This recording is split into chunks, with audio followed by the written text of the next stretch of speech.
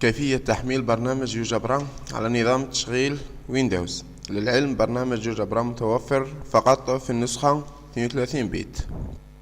أول شيء نفتح متصفح الإنترنت جوجل كروم، ثم نقوم بكتابة الموقع الرسمي للبرنامج وهو GeoGebra.org، ثم نضغط على تيليشارجمو،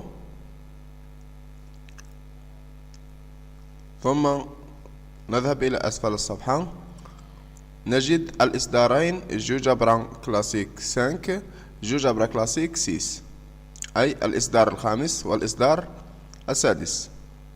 أنا أفضل الإصدار الخامس. نضغط على أيقونة الويندوز. بعد لحظات سيبدأ التحميل. كما تلاحظون نضغط على ستارت داونلود وننتظر حتى يتم التحميل. عند انتهاء التحميل نذهب لتسطيب البرنامج. داونلود بروجرام، هذه هي النسخة التي حملناها. نضغط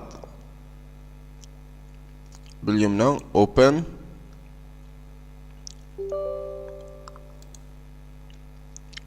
ثم نتبع التعليمات.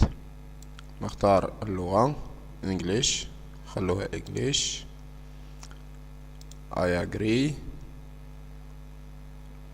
Uninstall، وهكذا يتم. لماذا؟ لأنني شطبته سابقا. نقوم بفتح البرنامج.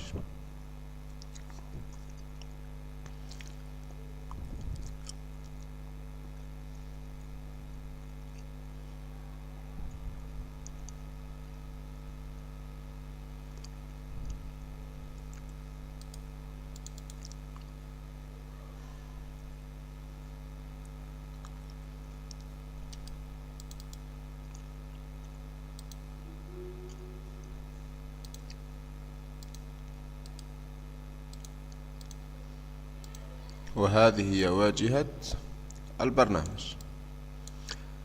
سنتعرف في الدروس القادمة بإذن الله على كيفية استعمال برنامج جبرا. شكرا لإصغائكم. سلام.